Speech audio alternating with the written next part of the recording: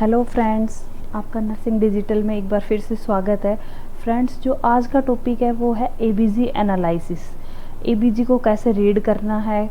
सबसे ज़्यादा जो कन्फ्यूज़न है वो यहीं पे होता है कि पार्शियली कंपनसेटेड है, अनकम्पनसेटेड है, फुल्ली कंपनसेटेड है और कैसे रीड करना है एबीजी को। तो आज का जो वीडियो है वो आपके लिए बहुत यूज़फुल होने वाला है गाइज़। स्टार्ट करते हैं टॉपिक। तो एबीजी एनालिसिस में जो फर्स्टली आपने ध्यान रखना है, आपको नॉर्मल पीएच पता होना चाहिए गाइस, 7.35 से 45। अगर हम एवरेज की बात करें तो एवरेज 7.40 भी मानते हैं, ठीक है। PaO2 80 से 100 mmHg मानते हैं। PaCO2 होता है 35 से 45 mmHg। HCO3 जो कि बाइकार्बोनेट होता है कितना, 22 से 26 milliequivalent per litre. SpO2 more than 96। तो गाइस इसमें आपने सबसे पहले एक तो नॉर्मल पीएच आपको पता होना चाहिए 7.35 से 45। PaCO2 होना चाहिए 35 से 45। HCO3 आपको पता होना चाहिए 22 से 26। ये तीन चीज़ें आपको पता होना चाहिए। देन उसके बाद एनायन गैप आता है, एनायन गैप इन ब्लड और यूरिन। ब्लड में कितना होता है 8 to 16 milliequivalent per litre, in urine 6 to 12 milliequivalent per litre. Okay, then उसके बाद history and physical examination is the first step to treat acid base imbalance. Okay, ये भी ध्यान रखिएगा। Steps to read ABG analysis क्या क्या। सबसे firstly हमने पीएच को देखना है। ओके, पीएच मैंने बताया आपको 7.35 से, दैट इज 7.35 से 7.45। एवरेज मैंने आपको बताया 7.40। PaCO2 देखना है हमने, जो कि विद इन 2 सेकेंड्स में जो रेस्पिरेशन है, रेस्पिरेटरी जो बफर होता है वो काम करता है, ठीक है। जो PaCO2 है वो देखना है हमने। PaCO2 कितना बताया था, 35 to 45 mmHg। ये 35 7.35 45 7, ये 35 45 mmHg। ओके, HCO3 बाइकार्बोनेट देखना है कितना होता है, that is 22 to 26 milliequivalent per litre, ठीक है। ये चीज़ें आपने देखनी है। देन उसके बाद क्वेश्चन है, a patient ABG plasma pH is 7.0, it indicate normal pH. अब पीएच की वैल्यू आपको पता है तो आप इजीली कर पाएंगे। Normal pH, acidosis, neutral, alkalosis, B+C। सो ये क्या है 7.35 से 45, तो 7.35 से कम है तो ये कितना हो गया 7.0, एसिडोसिस में आ गया। देन उसके अलावा क्या होगा 7.0 दे रखा है, तो 7.0 एक तरह से क्या होता है, दैट इज ना एल्कलाइन ना एसिडिक, ये क्या हो गया न्यूट्रल पीएच हो गया, ठीक है। 7.0 है तो ये न्यूट्रल पीएच हो गया। ओके,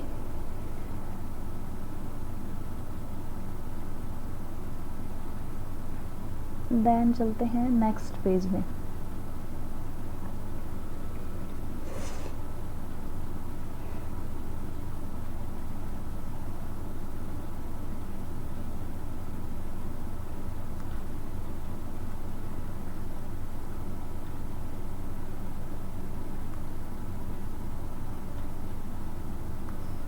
देखिए गाइज, वीडियो बहुत ज़्यादा लेंथी ना हो उसके लिए मैंने यहाँ पे पेपर पे लिखा है अलग से, और साइड बाय साइड मैं आपको बताती जाऊंगी, ठीक है। वीडियो शॉर्ट करने के लिए मैंने यहाँ पे पेपर पे लिखा है, ठीक है। अब देखो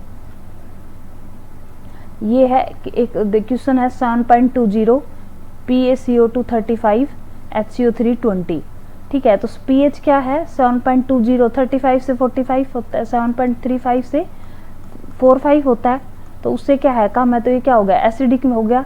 PaCO2 35 से 45 ये नॉर्मल है, और HCO3 20, HCO3 क्या है डिक्रीज है, तो ये क्या हो गया गाइज, ये तो PaCO2 तो नॉर्मल रेंज में है, तो नॉर्मल रेंज है तो उसका अपोजिट इंडिकेटर हम देखेंगे। तो यहाँ पे जो CO2 होता है वो रेस्पिरेशन को इंडिकेट करता है, रेस्पिरेशन को, और HCO2 वो होता है किसको, मेटाबॉलिक को, ठीक है। तो यहाँ पे नॉर्मल रेंज वाला है ये PaCO2, ये अपोजिट है मेटाबॉलिक वाला, तो हम मेटाबॉलिक, और ये पीएच कितना है कम है, एसिडिक साइड है, तो ये क्या होगा मेटाबॉलिक एसिडोसिस।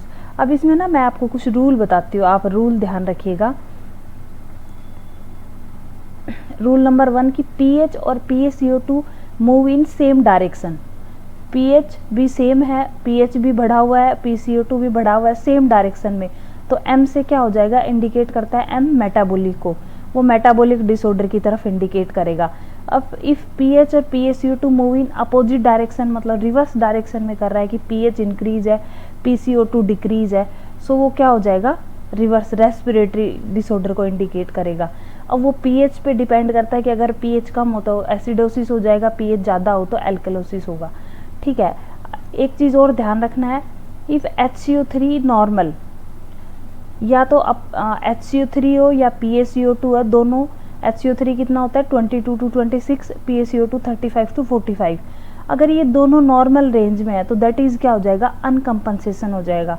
ठीक है, फिर उसके बाद इन दोनों के अगर रेस्पिरेटरी है तो उसमें हम अपोजिट इंडिकेटर क्या देखेंगे, HCO3 देखेंगे, अगर वो नॉर्मल रेंज में है तो अनकम्पनसेशन, और अगर मेटाबॉलिक है तो उसमें हम अपोजिट इंडिकेटर PaCO2 देखेंगे, अगर वो नॉर्मल रेंज में है तो दैट इज अनकम्पनसेशन। देन उसके बाद इन दोनों के बाद आता है अगर पीएच नॉर्मल रेंज में है तो फुल्ली कंपनसेट हुआ है, मतलब किडनी ने काम किया है या लंग्स ने काम किया है पीएच को नॉर्मल करने के लिए। पीएच नॉट नॉर्मल तो दैट इज क्या हो गया, पार्शियली कंपनसेट हुआ है। ठीक है, तो ये आपने ध्यान रखना है, इससे आप क्वेश्चंस को आपको सोल्व करने में इजी रहेगा। उसके अलावा अगर अपोजिट है, रिवर्स है तो रेस्पिरेटरी इंडिकेटर है, सेम है तो मेटाबॉलिक इंडिकेटर है। ओके गाइस, देन उसके बाद नेक्स्ट आता है, जूम कर देती हूँ मैं इसको,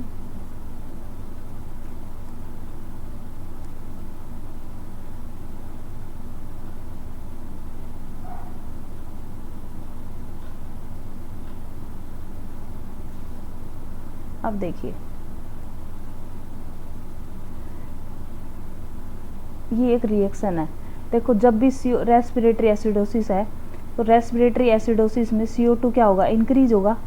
CO2 इंक्रीज होगा तो जितना ज़्यादा CO2 होगा वाटर के साथ क्या करेगा, बाइंड होगा, H2CO3 बनाएगा, H2CO3 फिर ब्रेक होगा तो H प्लस HCO3, तो H प्लस जितना ज़्यादा बढ़ेगा मतलब क्या होगा, एसिड जितना ज़्यादा बढ़ेगा तो उतना ही ज़्यादा क्या हो जाएगा, बाइकार्बोनेट भी इंक्रीज हो जाएगा।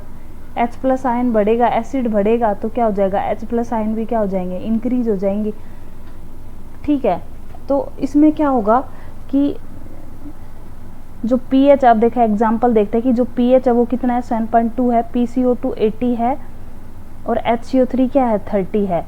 तो जो pH है वो कितना है, 7.2 है, डिक्रीज है, एसिडिक साइड है, PaCO2 बढ़ा हुआ है, इंक्रीज है, तो ये रिवर्स हो गया, तो यहाँ पे क्या हो जाएगा, रेस्पिरेटरी, और pH को हम देखते हैं तो वो एसिडोसिस हो गया। ठीक है, देन उसके बाद आता है कि pH कितना है, 7.37 है, pH 7.37, तो pH क्या है, नॉर्मल 7.35 से 45 होता है, तो उसी की रेंज में है। ठीक है, 7.40 एवरेज होता है, उससे ज़्यादा नहीं है, 7.35 से 45 के बीच में ही है। PaCO2 बढ़ा हुआ है, HCO3 भी इंक्रीज है। ठीक है, तो उस केस में हम क्या करेंगे, यहाँ पे ये दोनों क्या हैं, ये दोनों तो बढ़े हुए हैं, तो PaCO2 इंक्रीज है तो यहाँ पे क्या होगा, रेस्पिरेटरी, और ये क्या हो गया, pH इंक्रीज है तो pH क्या है, मतलब नॉर्मल रेंज में ही है, तो एसिडोसिस की साइड है, 7.35 से 40, लगभग 7.40 से क्या है, नीचे ही है। ठीक है, तो उसको हम क्या मानेंगे, एसिडिक मानेंगे, एसिडोसिस में आ जाएगा, और यहाँ पे क्या होगा कि जो pH है वो नॉर्मल रेंज में ही है लगभग। ठीक है, 35 से 45 के बीच में, तो फुल्ली कंपनसेशन हो जाएगा। ठीक है, बिकॉज pH नॉर्मल रेंज में, देखो 7.33 pH है, 35 से 45 मतलब उस रेंज में नहीं है, उससे थोड़ा कम है, एसिडिक है। PaCO2 बढ़ा हुआ है, HCO3 भी क्या है, इंक्रीज है, नॉर्मल रेंज में नहीं है, तो ये रेस्पिरेटरी एसिडोसिस तो हो गया, साथ में यहाँ पे pH क्या है, नॉर्मल रेंज में नहीं है, नॉट नॉर्मल, तो pH नॉट नॉर्मल है तो दैट इज क्या हो गया, पार्शियली कंपनसेशन हो गया।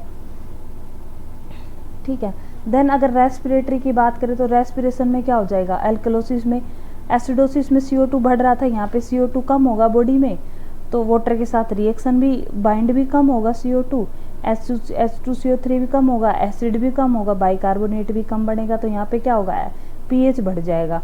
ठीक है, तो pH 7.54 है, PCO2 कितना है 25, HCO3 26, ये नॉर्मल रेंज में है, PCO2 कितना है डिक्रीज है, 35 से 45 होता है, ठीक है, और 7.54 ये इंक्रीज है, तो ये एल्कलोसिस हो गया, ठीक है, एल्कलोसिस हो गया कौन सा रेस्पिरेटरी, और HCO3 क्या है नॉर्मल रेंज में है, तो ये क्या हो जाएगा अपोजिट इंडिकेटर अगर नॉर्मल रेंज में है तो वो क्या हो जाएगा अनकम्पनसेटेड हो जाएगा।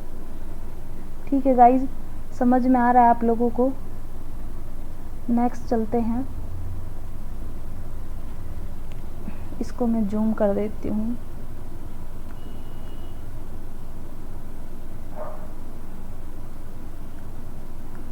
देखिए एक क्वेश्चन है 7.43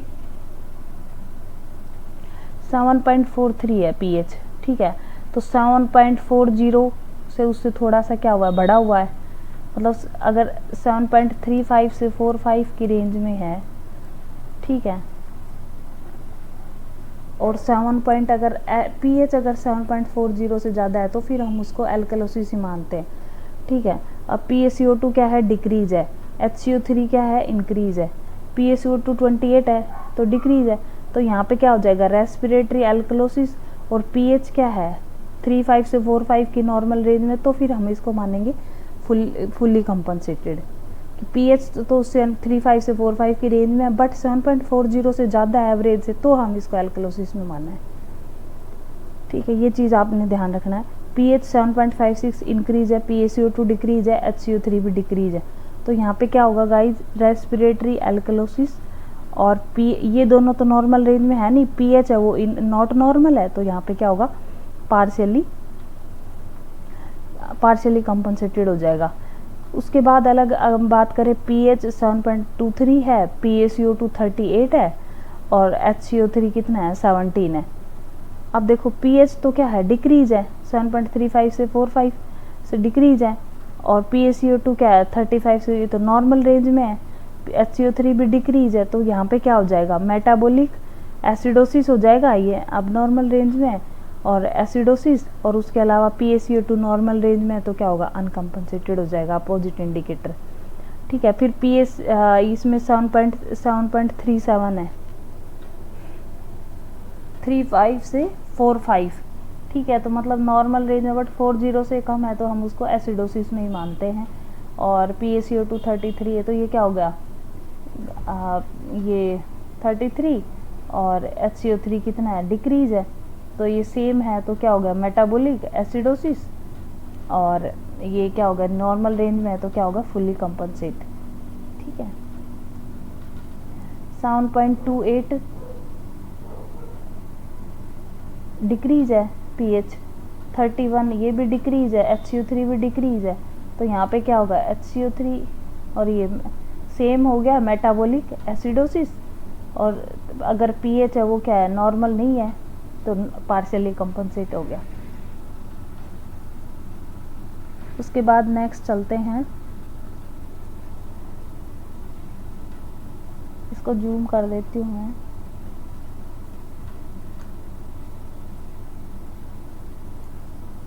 देखो इसमें pH कितना है 7.57 है, PaCO2 37 है, और HCO3 30 है, तो pH 7.35 से 45, तो ये तो इंक्रीज है, तो क्या हो गया एल्कलाइन हो गया। PaCO2 37 है, दैट इज नॉर्मल, नॉर्मल है 35 से 45, दैट इज नॉर्मल। HCO3 30 है, ये भी क्या हुआ है बढ़ा हुआ है, 22 से कितना होता है नॉर्मल 26 होता है, तो HCO3 भी बढ़ा हुआ है, तो ये तो एल्कलोसिस हो गया, बाकी ये नॉर्मल है, तो यहाँ पे क्या हो गया मेटाबॉलिक एल्कलोसिस, और PaCO2 नॉर्मल रेंज में है, तो दैट इज अनकम्पनसेटेड। आपको शुरू में जो मैंने रूल बताए उनको आप अच्छे से याद करिएगा, तो उससे आपको इजी रहेगा इस क्वेश्चन को सोल्व करने में।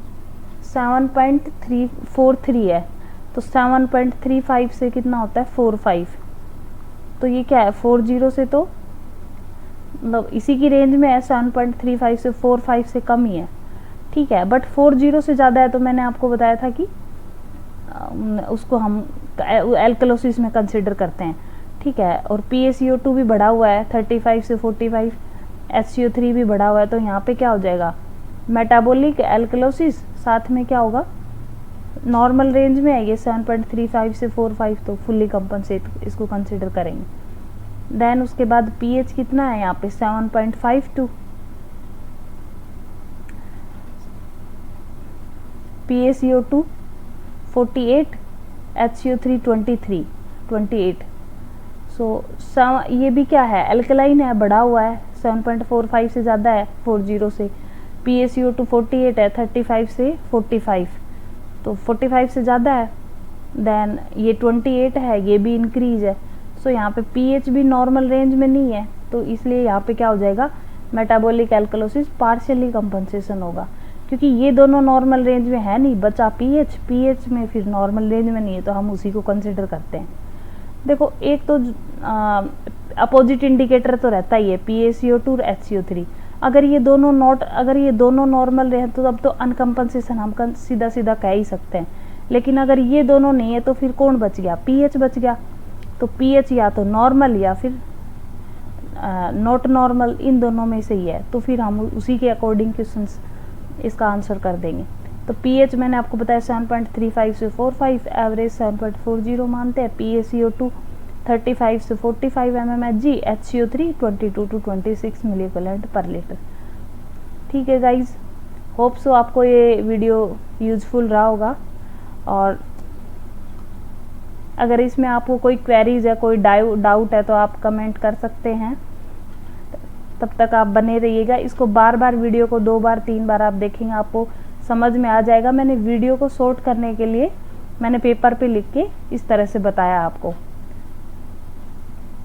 So thank you so much, like share subscribe करिएगा।